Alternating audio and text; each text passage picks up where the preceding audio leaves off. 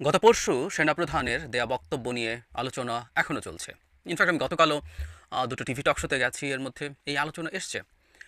আমরা অনেকেই পার্সোনালি কথা বলছি, আমাকে পার্সোনালি কেউ দেখা হওয়ার পর জিজ্ঞেস করেছেন, কখনো ফোনে কথা হয়েছে। সো আসলে উনি অনেকগুলো ইস্যু তুলেছেন যেগুলো নিয়ে একটু বিস্তারিত কথা বলা দরকার। এর মধ্যে আমি গতকালই একটা খুব দীর্ঘ ভিডিওতে মোটামুটি তার গুরুত্বপূর্ণ কথাগুলো নিয়ে কথা বলেছি, কিন্তু আরেকটা ব্যাপার আমার মনে হলো একটু ক্ল্যারিফাই করা দরকার, সেটা হচ্ছে বাহিনীগুলো।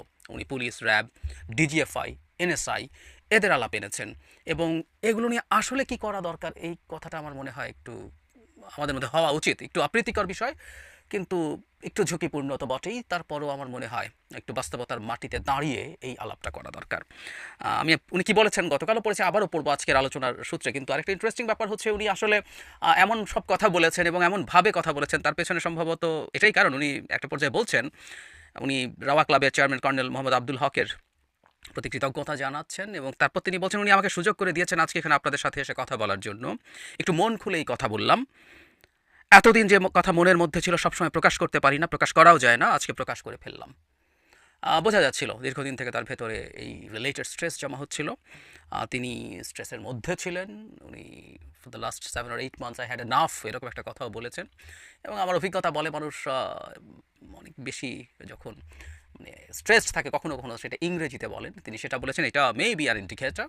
আসলে এটা তো ফ্যাক্ট যে সেনাপ্রধান হিসেবে, একটা প্রফেশনাল সেনাবাহিনীর কমান্ডার হিসেবে যা হওয়া দরকার, যতটুকু চাপ হওয়া দরকার, যা যা থাকা দরকার, তার তুলনায় এখন উনি অনেক বেশি চাপে আছেন ইন এনি কনসিডারেশন। বিরাট একটা চাপের মধ্য দিয়ে গেছেন। এখনও তিনি, যেহেতু আমাদের দেশ স্টেবল হয়নি, দেশ এখনও গণতান্ত্রিক ব্যবস্থায় পৌঁছেনি, নানা দিকে নানা চাপের মুখে আছেন, এবং একটা চাপ আমি মনে করি অনিবার্যভাবে তার বাহিনীর ভেতর থেকেও আছে, অন্যান্য বাহিনীগুলো থেকেও আছে।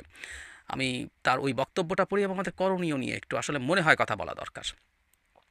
তিনি অরাজক, মানে খুব একটা প্রসঙ্গ ধরে উনি আসলে ঢুকে গেছেন ওটায়, এটা একটা সাবহেডিং এরকম, অরাজক পরিস্থিতির সুযোগ নিচ্ছে অপরাধীরা।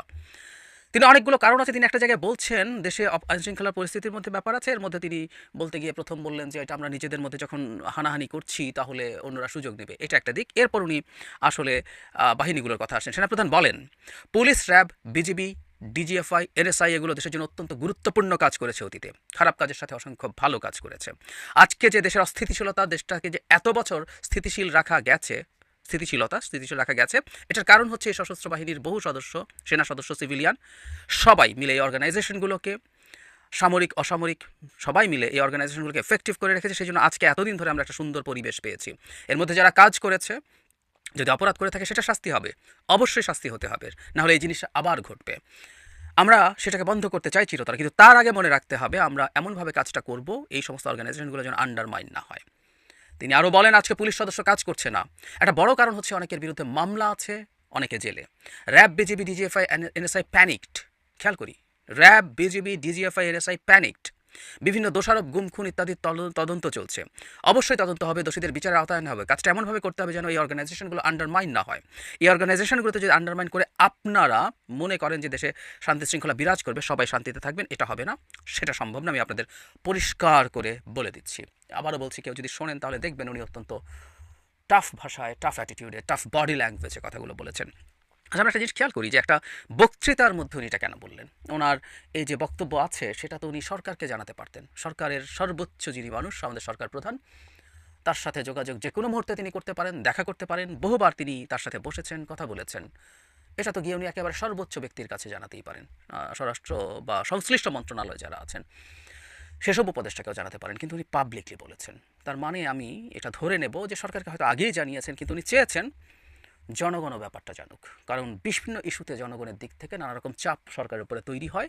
এই চাপটা তিনি কিভাবে দেখছেন তারও একটা রিফ্লেকশন। আমরা খেয়াল করেছি এই সরকার জনগণের চাওয়া বা চাপ গ্রাহ্য করে, এবং অনেক সময় অপ্রয়োজনীয় এবং ভুল চাপও গ্রাহ্য করে। সুতরাং এই সরকারের উপরে জনগণের চাপ আছে, সেটা অফলাইন বা অনলাইন যে কোনো ধরনের চাপই হোক না কেন, সেটা এফেক্টিভ হয়। সেটাই হয়তো বুঝে তিনি জনগণকেও এই বার্তা দিতে চেয়েছেন। এবার তার জায়গাটায় আসি, এটা আসলে রিয়াল একটা সমস্যা বলে আমি মনে করি। আমরা আসলে এই বাহিনীগুলো, এই গোয়েন্দা সংস্থাগুলোকে নিয়ে কী করব? এরা দীর্ঘদিন শেখ হাসিনার সময়ে ভয়ঙ্কর রকম মানবাধিকার লঙ্ঘনের সাথে মানবতা বিরোধী অপরাধের সাথেও জড়িত ছিল, কোনো সন্দেহ নেই, এটা নিয়ে কোনো কনফিউশনের কিছু নেই, যেটা সেনাপ্রধান তার বক্তব্যেও স্বীকার করেছেন। এটা এর আগে ইনভেস্টিগেটিভ বহুত রিপোর্টে ডয়চে ভেলেতে হয়েছে, আল জাজিরাতে হয়েছে, যেগুলোতে আমরা দেখেছি অর্গানাইজড ক্রাইম, মানে বাংলাদেশ একটা মাফিয়া স্টেটে পরিণত হয়েছিল। সো এর প্রত্যেকটা অঙ্গ অর্গানাইজড ক্রাইম করার জন্য ব্যবহার করেছে তখনকার ক্ষমতাসীন মাফিয়া যে নেক্সাসটা ছিল। শেখ হাসিনা বা তার দলের কিছু লোক ছিল, ব্যুরোক্রেসি ছিল, সিভিল মিলিটারি দুই পক্ষেরই, ব্যবসায়ীরা ছিল, বিদেশি গোয়েন্দা সংস্থা মিলে এরা এটাকে ব্যবহার করেছে। এখন বিচার নিয়ে আসলে কি করব, মানে উনি পুলিশ সম্পর্কে বলছেন যে পুলিশের বিরুদ্ধে মামলা হয়েছে, তাদের অনেকে বিচার হচ্ছে, অনেকের মামলা হতে পারে এবং সবাই আতঙ্কিত। এই যে আতঙ্কিত, এই কথাটা হয়তো ভুল না, এবং আমি ধারণা করি তার উপরে এই বাহিনীগুলো থেকে চাপ আছে, বিশেষ করে তার নিজের যে বাহিনী, সেনাবাহিনী বা বিজিবিতেও সেনাবাহিনীর এক ধরনের কমান্ডে চলে। সুতরাং বিজিবি থেকেও চাপ থেকে থাকতে পারে, কারণ শেখ হাসিনা পুলিশের পর প্রথম বিজিবিকে মাঠে নামিয়েছিল এবং যারা প্রচুর হত্যাকাণ্ড ঘটিয়েছে। একটা কথা একটু মনে রাখবো, আমরা যখন বিচার করতে যাবো, এবার একটু বাস্তবতার মাটিতে আসি, এবং আমি খুব কনফিডেন্টও নই কী করা উচিত সেটা নিয়ে। তারপর আমি একটা প্রপোজালের কথা বলছি, সেটাকে আমরা কীভাবে দেখবো, আমি আপনাদের মতামত চাই। আমি আসলে এই ব্যাপারটাকে কগনিজেন্সে নেওয়া দরকার বলে মনে করছি, মানে সমস্যাটা কী হতে পারে বলে আমি ধারণা করি সেটা বলি। এটা সত্য যে আমরা আসলে এমন একটা সমাজে আছি এবং দীর্ঘদিন আর গণতন্ত্র চর্চার মধ্যে না থাকার কারণে আমরা এক ধরনের ট্রাইবাল সোসাইটির মতো আছি। আমাদের মধ্যে ক্ল্যান তৈরি করা, ক্ল্যানের প্রতি আমাদের অন্ধ আনুগত্যের এক ধরনের প্রবণতা তৈরি হয়েছে। ক্ল্যানের বা ট্রাইবাল সোসাইটিগুলোর প্রবলেম কোথায়? আমার ক্ল্যানের কেউ যদি কোনো না কোনোভাবে অন্য ক্ল্যানের কারো সাথে কোনোভাবে সংঘাতে লিপ্ত হয়, আমি চোখ বন্ধ করে আমার ক্ল্যানের পক্ষে থাকবো, তার পক্ষে লড়াই করব। আমি বাছবিচার করব না এটা যে আমার ক্ল্যানের লোকটাও অপরাধ করতে পারে, সেই ক্ষেত্রে আমি আমার ক্ল্যানের মানুষটাকেও সেই অপরাধী হিসেবেই দেখবো, আমার ক্ল্যানের মানুষ হিসেবে দেখবো না। কিন্তু সেটা না, আমি অনেক ক্ষেত্রেই দেখি যে আমাদের মধ্যে এই ধরনের ট্রাইবালিজম কাজ করে। আমি সামনে এটা দেখতে পছন্দ করছি তা না, কিন্তু এটা ঘটছে। আমরা বহু ক্ষেত্রে আসলে আমরা খুবই গণতন্ত্রের কথা বলি, রাষ্ট্র গঠনের কথা বলি, কিন্তু রাষ্ট্র গঠনের জন্য তো নাগরিক লাগবে। আমরা এখনও নাগরিক হয়ে উঠছি কিনা এই প্রশ্ন তো আসতেই পারে। ফলে যে কথাটা বলছিলাম, যখন কিছু পুলিশের বিরুদ্ধে ব্যবস্থা নেওয়া হচ্ছে, যখন কিছু সামরিক বাহিনীর সদস্যের বিরুদ্ধে ব্যবস্থা নেওয়া হচ্ছে, ওই ক্ল্যান মেন্টালিটি সম্ভবত জাগ্রত হচ্ছে, এবং সেটার কারণেই সম্ভবত তাদের অনেকেই ইনঅ্যাক্টিভ হয়ে ওঠার টেন্ডেন্সি তৈরি হয়েছে, হয়তোবা, আমি নিশ্চিত নই। এবং সেটারই একটা চাপ এসে সেনাপ্রধানের উপরে পড়ছে, যে কারণে তিনি হয়তো, তার তথ্য আমার চাইতে অনেক বেশি আছে, তিনি এগুলো ডিল করেন, এগুলো নিয়ে কথা বলেন, তার উপরে হয়তো চাপ এসে পড়ছে। এবং এই যে এক ধরনের ইনএফেক্টিভ পুলিশ দেখা যাচ্ছে, বা তার ভাষ্যমতে হয়তো অন্যান্য বাহিনীগুলো খুব বেশি এফেক্টিভ থাকছে না, এই মানসিকতার কারণে যে এত মানুষকে বিচার করতে গেলে তো বিপদ হবে। একটা কথা একটু বলে রাখি, যে প্রপোজালটার কথা বলবো তার আগে, সেটা হচ্ছে কোনো নিচু পর্যায়ের পুলিশ সদস্য, সেনা সদস্য, কেউই তার যে কোনো মানবাধিকার লঙ্ঘনের, যে কোনো ক্রিমিনাল অফেন্সের দায় তার ঊর্ধ্বতন কর্তৃপক্ষকে দিতে পারে না। এটা আমাদের জানতে হবে প্রথম। একজন পুলিশ কনস্টেবল যদি একজনকে বিচার বহির্ভূত হত্যাকাণ্ড করে থাকে, হত্যা করে থাকে বিচার বহির্ভূতভাবে, এবং সেটা যদি তার কোনো বসের নির্দেশে হয়, তার বিচারের সময় তাকে যদি বলা হয় তার বস তাকে বলেছে, তার জন্য তার বসেরও বিচার হতে পারে, কিন্তু সেটা তার জন্য কোনো এক্সকিউজ হবে না, কারণ তিনি আইন ভঙ্গ করে কাজটা করেছেন। আইন ভঙ্গ করে প্রধানমন্ত্রী নির্দেশ দিলেও কোনো কিছু করতে হবে না। সুতরাং এই প্রত্যেকটার দায় আসলে ব্যক্তির শেষ পর্যন্ত, এটা আমরা বলে নিলাম প্রথম। কিন্তু একই সাথে আমরা এটাও বলবো যে বহু ক্ষেত্রেই আসলে তারা এসব নির্দেশের কারণে করেছে। এটা এখন খুবই প্রতিষ্ঠিত যে শেখ হাসিনা নিজে, তার স্বরাষ্ট্রমন্ত্রী সহ এরকম একেবারে এই লেভেলের একেবারে উচ্চ পর্যায়ে বাহিনীগুলোর চিফদের প্রত্যক্ষ নির্দেশে, নির্দেশনায়, সমন্বয়ে এই ঘটনাগুলো ঘটেছে, এতে কোনো রকম কোনো সন্দেহ নাই। ফলে আমরা কি পারি যে কিছু মানুষজনকে, নিচের পর্যায়ের যারা এই ধরনের অপরাধে জড়িত ছিল, তাদের কিছু ছাড় দিতে? শুধু জুলাই আগস্টের কথা না, পুলিশের কথা যদি বলি, ডিজিএফআই এনএসআই এর কথা যদি বলি, শেখ হাসিনা এন্টায়ার সময়টাতে ভয়ঙ্কর সব অপরাধে বহু মানুষ জড়িত হয়ে পড়েছিলেন। বিশেষ করে পুলিশ তার থানায় সাধারণ মানুষের ওপরে যে পরিমাণ অত্যাচার নিপীড়ন করেছেন, একটা মামলা হলেই, সেটা কোনো ঘটনার পরিপ্রেক্ষিতে হোক অথবা গায়েবী মামলা হোক, তার বিরুদ্ধে মানুষকে ওর মধ্যে ইনক্লুড করে করে করে করে একটা মামলা বাণিজ্য টার্ম তৈরি হয়েছে। এত মানুষের বিচার কি করা যাবে, করতে পারবো আমরা, করা ঠিক হবে কিনা এটাও বলছি। আবারও বলছি, প্রত্যেকে এসব ভয়ঙ্কর অপরাধী হলেও আমরা কতটুকু পারবো।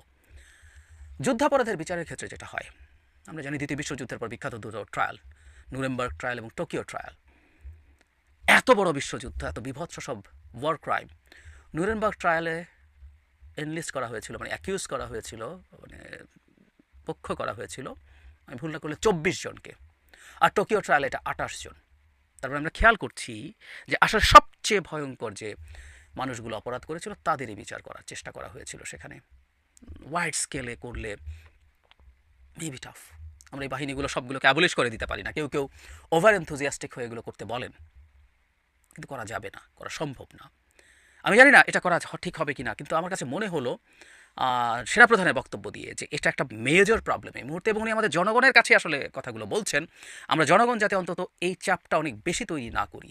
সো এরকম একটা সমাধান হতে পারে কি না, এরকম কিছু বিচার এবং বাকিদের সাথে এক ধরনের রিকনসিলিয়েশন, সেটা করে আমরা আবার আমাদের কর্মকাণ্ডে ফিরে যেতে পারবো কিনা স্বাভাবিকভাবে, সেটা মনে হয় ভেবে দেখা যেতে পারে। সেনাপ্রধানের গতদিনের বক্তব্যে এটাও একটা খুব সিগনিফিক্যান্ট জায়গা ছিল, যেটা আমি বিস্তারিতভাবে আমার আগের ভিডিওতে অ্যাড্রেস করিনি, আজ করলাম। আমি আপনাদের অপিনিয়ন চেয়েছি আমরা এটা করা সম্ভব কিনা। আমি আবারও বলছি এটা কোনো আইডিয়াল জায়গা না, এর মধ্যেও নেগেটিভ দিক আছে। আমরা এইরকম অপরাধীদেরকে যদি পার পেয়ে যেতে দেই তাহলে তারা ভবিষ্যতেও মনে করতে পারে, হতে পারে, কিন্তু আমরা কতজনের করব, বিশেষ করে পুলিশ বাহিনীর। ডিজিএফআই বা এনএসআইতে সেনা সদস্যদের একটা অংশ এসছেন, সংখ্যাটা অনেক হবে না হয়তো, কিন্তু পুলিশ বাহিনী যেভাবে সারা দেশে ছিলেন তাদের মধ্যে সংখ্যাটা খুবই বড়। আমরা কী করব, কী করা উচিত হবে? সবার বিচার করে ফেলবো, সবাইকে চাকরি থেকে সরিয়ে দেবো? আমার মনে হয় আপনাদের অপিনিয়নটা একটু জানান।